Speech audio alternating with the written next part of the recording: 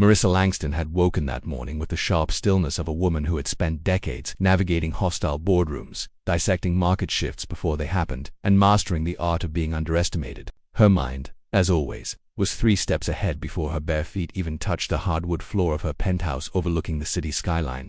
She'd already mentally finalized her unannounced inspection of the flagship downtown branch of Langston Capital Bank, the same one she'd revitalized with her bare hands years ago from the ashes of bankruptcy, transforming it into the financial heart of a billion-dollar empire. The irony wasn't lost on her as she sipped her black coffee alone, the city humming below like a living entity that bowed to her name even if it didn't know her face, which was precisely how she liked it: power in anonymity, strength in silence, thunder in restraint. Dressed in a bespoke charcoal gray suit tailored in Milan, her hair coiled tightly in a bun that spoke volumes before she uttered a single word, Marissa moved through the city unnoticed, riding in a nondescript black town car that deposited her half a block from the branch's entrance so she could observe how her employees treated ordinary customers. The very foundation of the bank's brand promised excellence, dignity, and speed. But as soon as she stepped through those gleaming glass doors, the air shifted. She saw it before she heard it: the sneer, the tightened jaw, the faux smile trained for customer-facing roles but barely masking contempt. Jeffrey Rourke, the newly installed branch manager she'd only heard about via overseas emails, stood like a sentinel guarding a kingdom he hadn't built, and as his eyes scanned her from head to toe with the smugness of a man used to feeling superior, he made the mistake that would end his career before it truly began. He assumed, "Ma'am, clients use the front desk," he said, his voice polished but cold. "This isn't a place to load up. If you don't have an appointment, I'll have to ask you to leave." And in that moment, a hush seemed to fall over the lobby even as the buzz of transactions and printer clicks continued in the background, because people could feel tension before they understood it, and what they witnessed next would become whispered legend in financial circles across the city. Marissa, poised like a storm held together by grace, said nothing at first, simply reached into her sleek leather bag and produced her identification and ID badge encrusted with a platinum trim and embossed with the title, Chief Executive Officer. Instead of bowing his head or correcting his error, Jeffrey laughed, a short, dismissive scoff that punctuated his privilege, and with a flick of his hand he gestured to the security guards flanking the lobby, who moved toward her with uncomfortable hesitation but ultimately followed orders, escorting her, the owner of the institution, onto the street while customers watched, some chuckling, some confused, some simply embarrassed on her behalf, thinking she was just another upset patron trying to make a scene. What they didn't realize, what none of them knew, not even the guards who offered her apologetic glances as they shut the door behind her, was that they had just placed the queen outside her own castle, and queens don't take kindly to that. On the sidewalk, Marissa didn't yell, didn't fume, didn't even adjust the perfect fall of her blazer. She simply pulled out her phone, dialed one number, and said 6 words. "Now, flagship branch. Full deployment, go."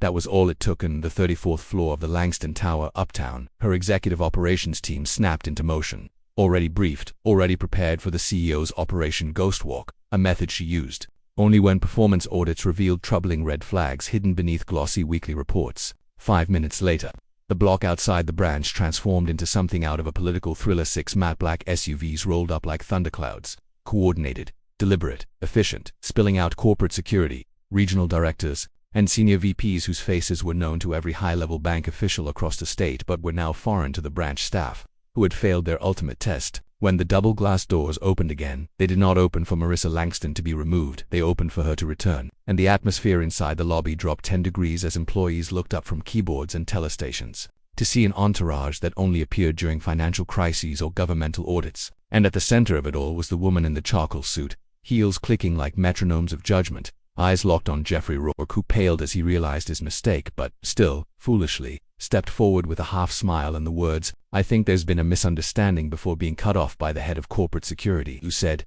"Step aside." With such finality it echoed like a gavel. Marissa walked past him without a glance, past the stunned tellers and paralyzed assistants, all the way to the back office with 2 directors at her side, where she accessed the branch's emergency override terminal, placing her thumb on the biometric reader that immediately lit green and triggered a national alert to every Langston Capital screen in the country. Executive override activated. CEO on premises. The shockwave was instantaneous. Phones buzzed, servers pinged, and high-level alerts cascaded through internal systems, prompting regional managers to scramble for updates as employees everywhere realized the top of the food chain had descended personally, and not for applause. Inside the branch, the remaining customers watched as Jeffrey was quietly pulled aside by HR personnel and escorted into a meeting room, where his access credentials were revoked in real, his profile flagged for misconduct, and his employment terminated by the very woman he had insulted. Marissa met with the top staff, listened to their concerns, took notes on operational weaknesses, and scheduled emergency retraining sessions before leaving the building, not with vengeance in her wake, but a message carved into the institutional DNA of every Langston employee: never forget who built this, who leads this, and who walks these halls unseen but never unseeing. And as she stepped back into her SUV, the street watching in awe, she whispered to herself the motto that had built her empire from nothing: respect isn't requested, it's commanded. The tremor Marissa Langston sent through the bank's foundation in that first explosive hour didn't stop at the branch doors. It rippled outward like a sonic boom cloaked in silk, igniting dormant voices and waking silent ambitions across the country as Langston Capital's entire national workforce witnessed in real time what it looked like when justice didn't whisper but roared. Marissa, now seated at the head of the glass-walled conference room that overlooked the stunned lobby, activated the internal broadcast system normally reserved for quarterly earnings announcements and ordered a full system override that silenced every intercom, paused every transaction screen, and dimmed every monitor in over 300 branches, from the neon towers of downtown Atlanta to the tucked-away outposts in Boise and Cleveland, until one screen lit up and one face filled the silence, hers. Calm and unsmiling, framed in glass, power and poise. Across time zones, employees in backrooms holding coffee mugs in mid-conversation froze in place as the voice of the CEO, not a recorded message, not a PR-friendly pre-scripted line, but her actual voice, cut through the stillness like a scalpel, wrapped in velvet. Today isn't just about this branch, she began, her eyes scanning the camera with a surgeon's precision. It's about every place where people like me have been told to wait, to earn a seat they already built.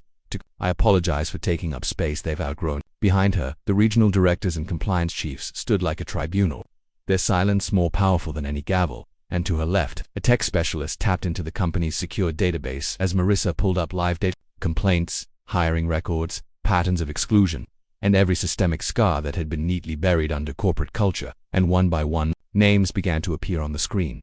Mid-level managers who had filtered resumes by race, executives who had joked about diversity hires at golf outings, HR leads who had let microaggressions rot unaddressed until they festered into resignations. Some of them were watching now, their faces draining as their own email histories and decision trails blinked across branch monitors.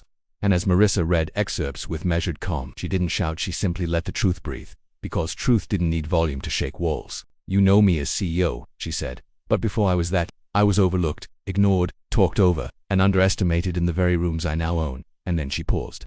Not for drama, but because silence sharpens truth like whetstone to steel. And when she continued, was with the authority of someone who had bled in boardrooms where others only bruised. This is not a firing. This is a reckoning. And with that, she initiated Operation Phoenix, a long-planned accountability protocol that had sat dormant until now, buried in the bylaws under executive emergency authority, giving her the power to restructure the upper third of the company without prior board approval if systemic failure was detected. Names were tagged, access was revoked, and entire floors of toxic leadership were rendered obsolete in real time, not with vengeance, but with surgical precision. She introduced Langston Legacy, a sweeping initiative that shattered the ladder and built a bridge, instead fully funded leadership pipelines for first-generation professionals, mentorship matching systems for historically excluded talent, and a direct link promotion model tied not to pedigree, but to performance and equity metrics, now monitored monthly by an independent watchdog council she had personally commissioned.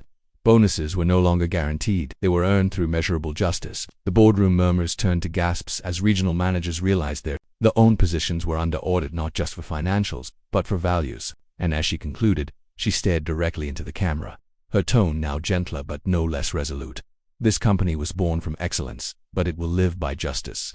If you cannot grow with us, you cannot remain with us. That's not a threat, that's a promise. And with a click, she ended the broadcast, leaving every break room stunned, every senior leader scrambling, and every underrepresented employee sitting a little taller in their chairs. But inside the branch itself, as the stunned staff looked on, Marissa stood, smoothed her jacket, and turned toward Jeffrey Rourke one final time. He was still seated in the small glass office HR had commandeered, sweat blooming under his collar, eyes darting like a man watching his empire collapse in reverse. And she stepped in only briefly to say 6 words: "Your ignorance cost you everything today," before turning on her heel and exiting without fanfare, because she wasn't there for revenge, she was there to rebuild. In the hours that followed, Marissa personally interviewed every teller, assistant, and floor manager in the branch, documenting ideas, challenges, and aspirations that had long been buried under layers of fear and indifference. And when she left that afternoon, the culture itself had changed. People smiled, not out of fear, but out of pride, because they had finally seen what leadership looked like when it was forged in fire and led with clarity.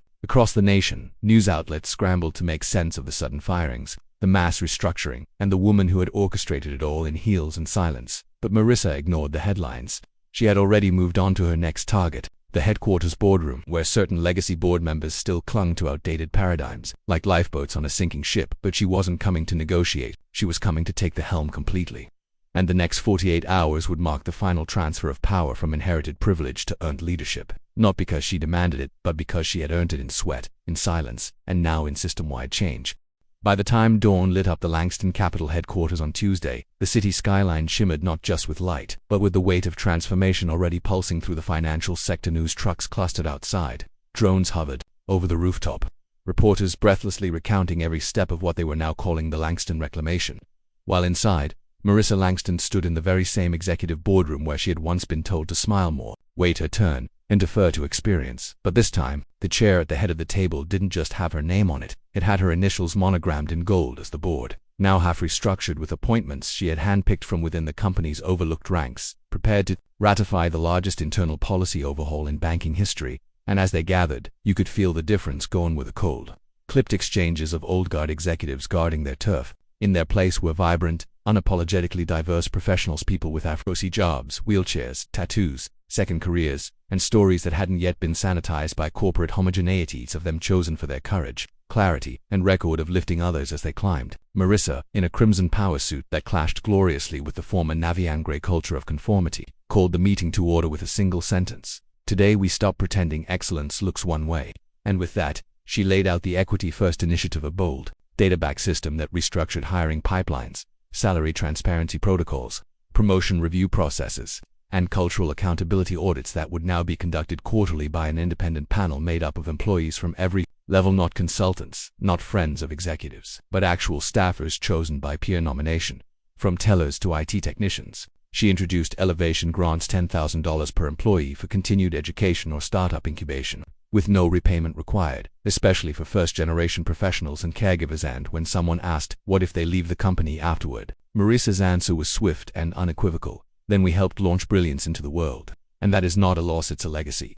Meanwhile, outside the boardroom, the culture was shifting faster than most companies evolve in a decade. Former assistants now led orientation sessions, junior analysts ran weekly innovation huddles, and janitorial staff were greeted by name and asked for input on design logistics for the next branch rollout. Even the cafeteria changed, now stocked with culturally inclusive meals and an employee garden initiative named after Marissa's late mother, Eloise's roots, designed to feed both the staff and local shelters with rotating volunteer crews, drawn from Langston's own workforce.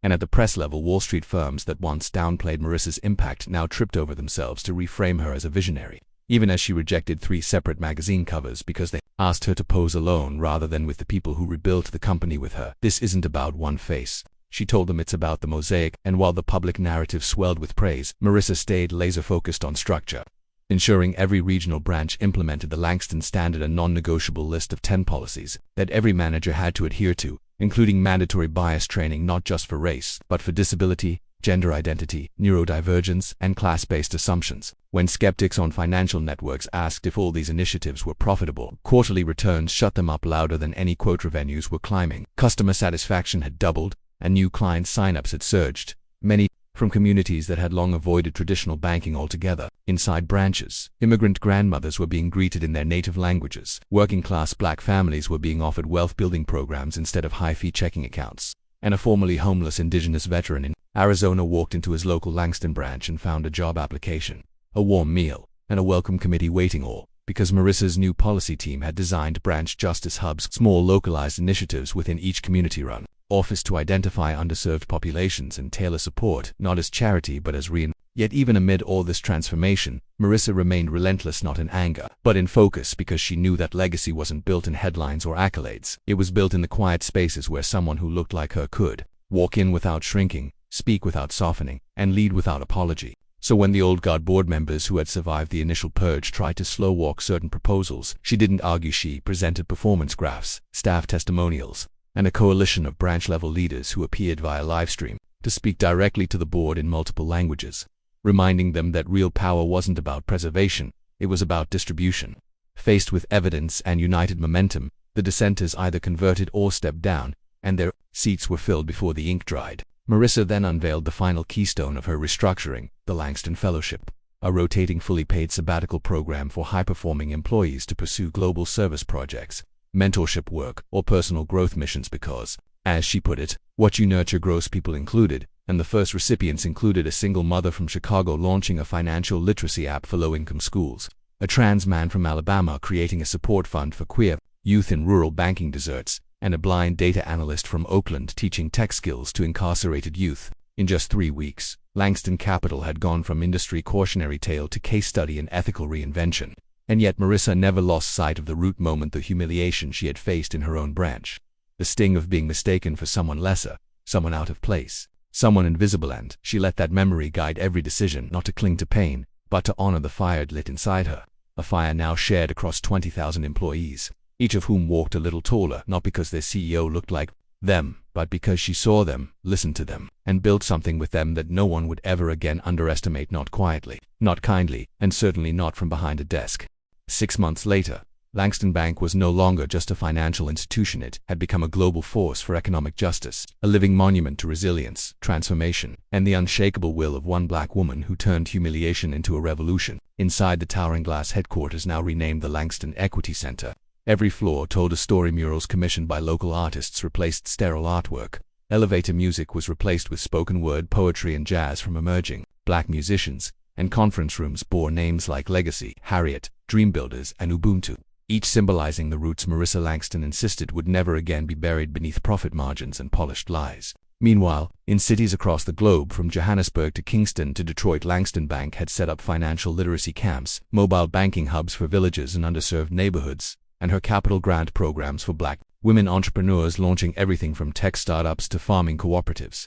Because Marissa knew that reclaiming power didn't mean hoarding it, it meant planting it in fertile ground. Under her leadership, the bank launched Langston Global, a division dedicated to international partnerships that prioritized ethical trade and diasporic empowerment over exploitation.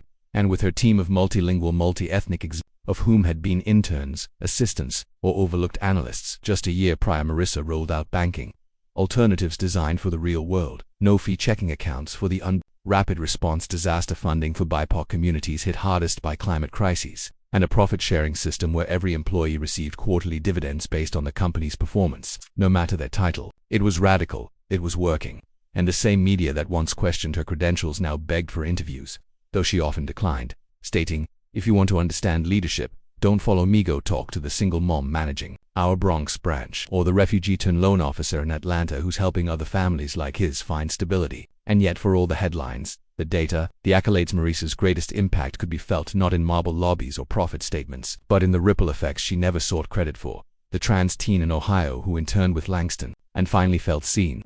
The elder Latina janitor whose idea to turn unused bank-owned lots into food gardens became policy. The HBCU student who watched a video of Marissa being kicked out of her own branch and decided to study finance, not to join the system, but to rebuild it. And when a viral documentary titled "She Built the Bank" debuted to critical acclaim, followed by a best-selling biography written by one of the very journalists who'd once dismissed her as too emotional for the seas, Marissa responded by turning all proceeds into the Langston Legacy Fund, a non-profit offering mentorship, seed funding, and housing stipends for marginalized entrepreneurs, because she knew true wealth was measured in lives lifted, not ledgers filled. And while high-profile awards rolled in Time's Most Influential NAACP Vanguard Medal, and even a formal commendation from the United Nations for Economic Innovation, Marissa kept her compass steady, refusing to let symbolism outpace substance. She spent mornings walking unannounced into local branches, listening to customers, asking tellers what they needed, checking the restrooms to see if dignity extended all the way to maintenance, because for her, leadership was not above people, but beside them. And then came the day, a quiet Tuesday morning, when she returned once more Alanto, the very same branch where it all began, the one where she'd been mistaken for an intruder, escorted out, humiliated in front of cameras and silent staff. Only now the building had been transformed into the Langston Leadership Center, a flagship training facility for new hires and future leaders. Its walls lined with the names of those once overlooked women, black men, queer staffers, disabled, veterans, and everyday people who had turned this bank into a movement. She walked through slowly, taking it all in, her heels echoing across polished marble now engraved with the words, "What they tried to shut out." She built into an empire, and when she reached the front lobby, where a brass plaque hung beside the main door, tears welled in her eyes. It read, she was denied entry. So she built the door, the building, and the future, and as a group of new recruits gathered behind her, one of them a shy young girl with dark skin, braces, and a Langston trainee badge asked softly, "Ms. Langston, how did you know they couldn't stop you?" To which Marissa turned, smiled, and said, "Because I was never asking for permission, I was reclaiming what was already mine." And in that moment, the room stilled not with silence, but with reverence, with recognition, with power, the kind of power that doesn't shout but reshapes, doesn't conform but creates, doesn't just break glass ceilings but rebuilds the house with bigger doors and louder floors. And long after she left that lobby, her story kept moving in every policy adopted by other banks, in every CEO now inspired to lead with integrity, and in every little black girl walking past that plaque, eyes wide with possibility, because Marissa Langston had done more than reclaim her bank. She had redrawn the blueprint of leadership, burned the old rulebook, and etched her own into the foundation of modern finance itself, not for credit, not for revenge, but for justice, for legacy, for all those who came before her and all those who would follow, so they'd never again have to prove they belonged, because now the world had been rewritten in their language, with her name as its opening chapter.